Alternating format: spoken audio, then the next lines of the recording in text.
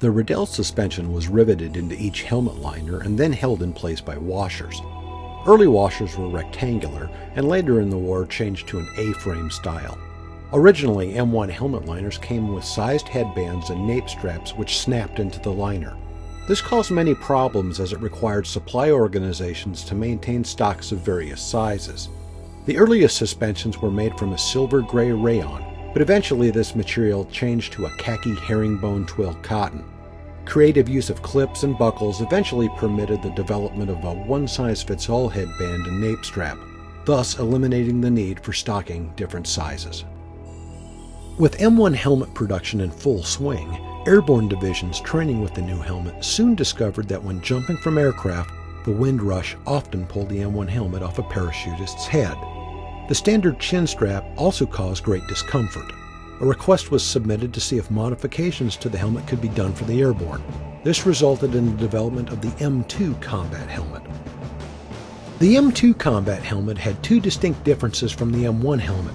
First, the chin strap loops were much larger, half-moon shaped, and like the M1 were welded to the inside of the helmet shell. These larger loops were to facilitate fastening the chin strap around the rear of the helmet shell to get it out of the way during jumps. The second change was the chin strap itself. The chin strap of an M2 was longer than that of the M1. It featured an additional tab or length of chin strap with a male snap fastener on the end. This tab could be snapped into a female snap inside a modified liner to keep the steel shell and liner together during the jump.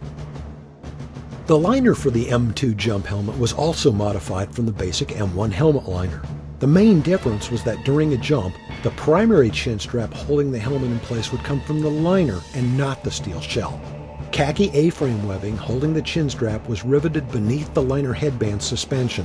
A female snap was also inserted into each side of the helmet liner to accommodate the male snap on the steel helmet chin strap tab. The M2 jump helmet design was very short-lived as it was discovered that the large chin strap loops were very fragile and constantly bent or broke. This essentially took the helmet out of service until it could be re-welded. Original M2 combat helmets with parachutist configured Hawley liners are incredibly rare, and in today's collecting circles, very valuable. This example has had one of its loops replaced by a hinged chin strap loop made in the field. The chin strap loop problem wasn't just confined to the M2. The basic M1 used a welded chin strap loop, and these were also prone to breaking or bending. In 1943, the U.S. Army solved the problem by introducing a hinged chin strap loop. The loop was welded to the inside of the M1 steel shell and could flex in and out. It was a great design and improvement to the combat helmet. However, the chin strap continued to be sewn to the loop. With the adoption of the hinged chin strap loop, the M2 jump helmet ceased production and was replaced by the M1C. It was essentially identical to the M2 helmet except for the new chin strap loop. It was also essentially identical to the basic infantry M1, with the exception that the M1C had the additional chin strap tab on it for connecting it to the liner.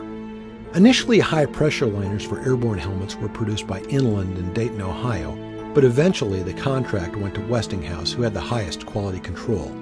Initially, airborne liners relied on leather chin cups, but cost and ease of production prompted a change to cotton canvas near the end of the war. The M1 helmet's steel shell was painted a flat olive drab, textured with cork. Even with the cork finished, the helmet had a touch of a shine to it when it was wet. That's clearly something undesirable for combat troops. Soldiers and Marines used a variety of netting to break up the glare and provide a method to insert twigs, leaves, and other natural camouflage. The Type 1 net, as seen on this helmet, was a U.S. Army issue item and was held in place by a neoprene band sewn to the net.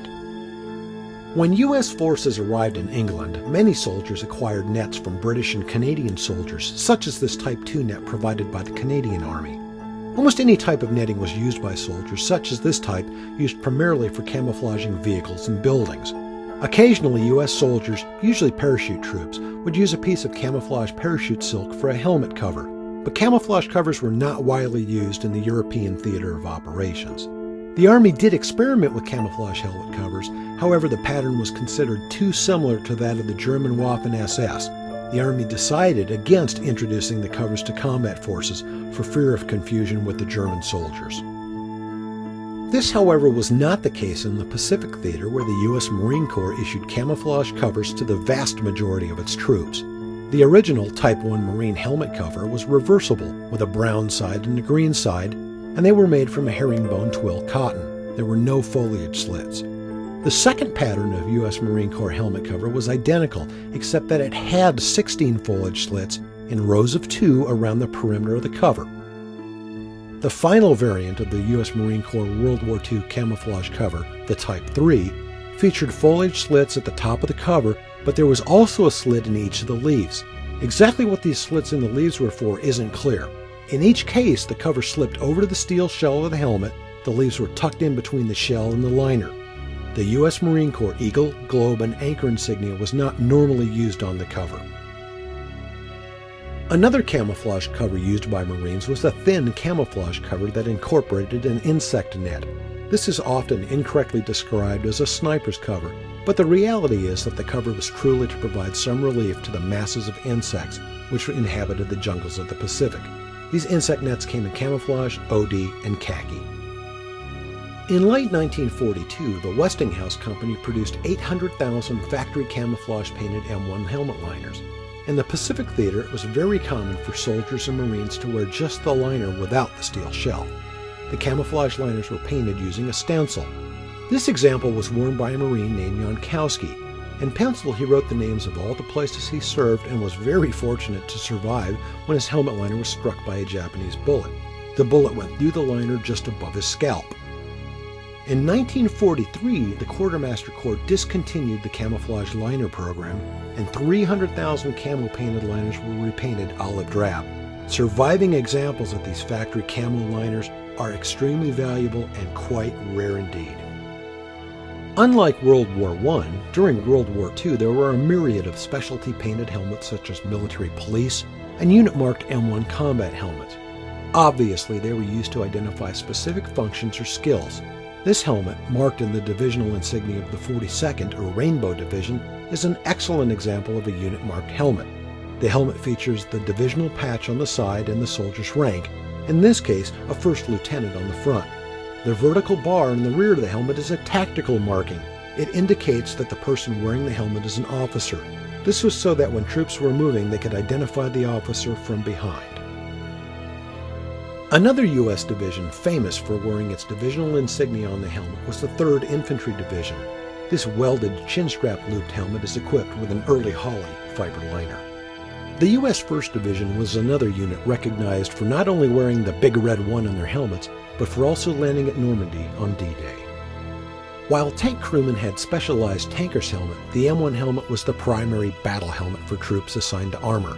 This M1 features the distinctive insignia of the Tank Destroyer Corps. With its bright and obvious Geneva Cross design, U.S. combat medics in Europe were clearly identified. There were very loose standards for how medics were to mark their helmets. This means many different styles and designs can be found. The U.S. 101st Airborne Division, the Screaming Eagles, also relied on tactical helmet markings within its organization. Using geometric patterns such as circles, triangles, squares, plus hearts, diamonds, spades, and clovers as found in a deck of cards, they developed a simple yet very effective method to identify regiments, battalions, and even companies within the division. While most U.S. combat helmets went to ground forces, the U.S. Navy and Coast Guard also made use of the M1 helmet. When issued to Navy units, the M1 was in its factory olive drab, but many were repainted either gray or dark blue. This Navy M1 sports a gloss gray finish and is marked to a Navy signalman. Adding artwork to a helmet wasn't simply the domain of the Army. This wonderful example of a U.S. Navy painted helmet was worn by Henry Raphael, a Coast Guard photographer who wore the helmet throughout his service in the war. Not only did his helmet and its artwork survive the war, but a remarkable wartime photograph showing this actual helmet moments after its photographic logo was painted on the front also survived the war. In addition to the M1 helmet, U.S. Navy forces also used a specialty helmet, the Mark II Talker helmet. This oversized helmet was used by gunners and communications specialists aboard naval vessels. The helmet had a built-in suspension and was large to accommodate headphones and communications gear. The Mark II Talker continued to serve with U.S. naval forces into the 1990s.